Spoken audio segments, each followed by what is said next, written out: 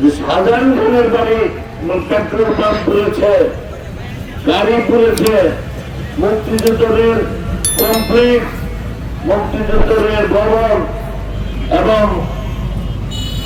সেখানে যে আপনার ঐতিহাসিক ধ্বংসযজ্ঞ হয়েছে সেগুলো দেখার জন্য বা তার প্রতিবাদ করার জন্য আমি কি ভাষায় এর নিন্দা করবো আমি জানি না। আমাদের গ্রাম দেশে বলে বাঘের নেঙ্গুর দিয়া কান খাল যায়, কারণ চুলকায় বাঘের নেঙ্গুর দিয়া। শাহজাহান খানের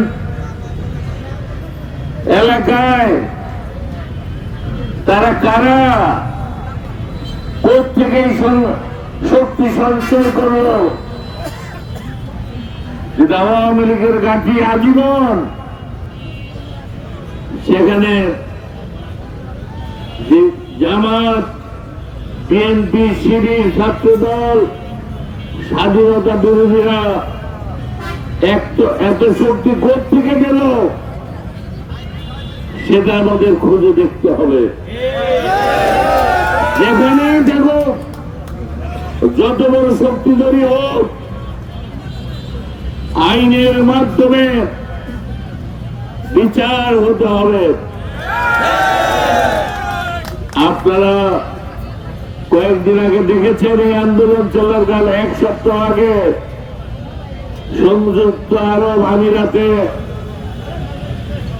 ৬০ জনের মতো বাঙালি মিছিল করেছিল।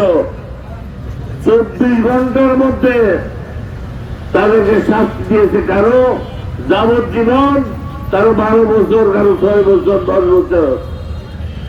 তো তারা যদি একটা মিছিল করার অপরাধে এই শাস্তি দিতে পারে, তাহলে বাংলাদেশ কি এতই দুর্বল?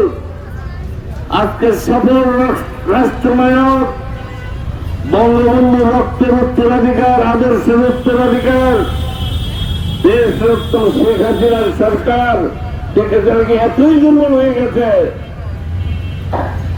এই সমস্ত দেশদ্রোহীদের শাস্তি দিতে পারবে না।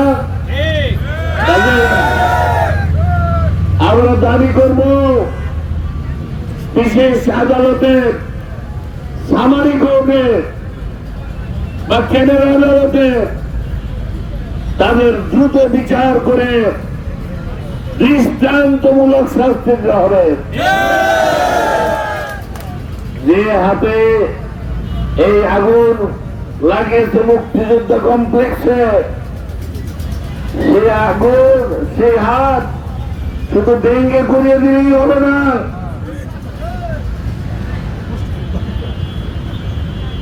এর বেশি আরো চরম শাস্তি দিতে হবে।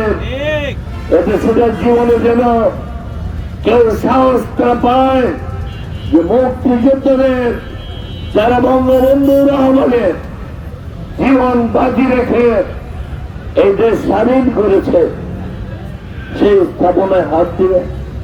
আজকে দেশ যদি স্বাধীন না হতো, আপনাদের আগে ঢাকা গেছেন, কেমনে গেছে, কতক্ষণ লাগতো? আজকে এই পদ্মা সেতু 5 মিনিটে পারিয়ে বললাম। যদি শেখ হাসিনা না থাকতো, যদি দেশ স্বাধীন না হতো, কি আপনারা কি যাইতে পারতেন? আসতে পারতেন? আমরা এগুলো সব ধ্বংস করে দিত। এই সেতু ধ্বংস করতে চেয়েছিল, সেনাবাহিনীর লোক ছিল, ওই টানেল চিটাঙে সেগুলো গিয়েছিল, নৌবাহিনীর লোক থাকায় পারে নাই।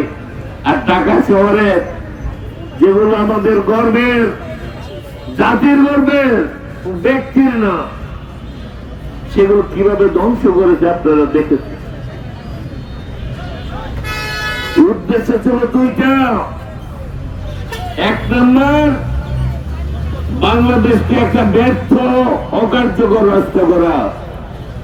কারণ ৭১ সালে ওদের বিদেশি প্রভুরা যারা বাংলাদেশের স্বাধীনতার বিরুদ্ধে করেছিল, সপ্তম নৌবহর পাঠিয়েছিল যাতে দেশ স্বাধীন না হয়। শুধু আমরা স্বাধীনই হই নাই, পৃথিবীর মধ্যে উন্নয়নের রোল মডেল হয়েছে। আর তাদের সাদের পাকিস্তান ব্যর্থ, অকার্যকর রাষ্ট্র। সেই জন্য তাদের গায়ে এত জ্বালা। তাই বাংলাদেশকে একটা ব্যর্থ, অকার্যকর রাষ্ট্র করার জন্য আমার এজেন্ডা ছিল ৭৫ 15 আগস্ট সপরিবারে হত্যা করেছে। এইবার তার রক্তের উত্তরাধিকার, আদর্শের উত্তরাধিকার সফল রাষ্ট্রনায়ক দেশরত্ন শেখ হাসিনাকে তখন উৎখাত করা এবং হত্যা করা। বাংলার জনগণ শেখ হাসিনার পাশে আছে। সেগুলি মহান সৃষ্টিগত রব্বুল আলামিন, তিনি সহায় আছেন। ওরা পারে নাই, ওদের সেই পরিকল্পনা যে বাংলাদেশকে ধ্বংস করা, শেখ হাসিনাকে উৎখাত করা।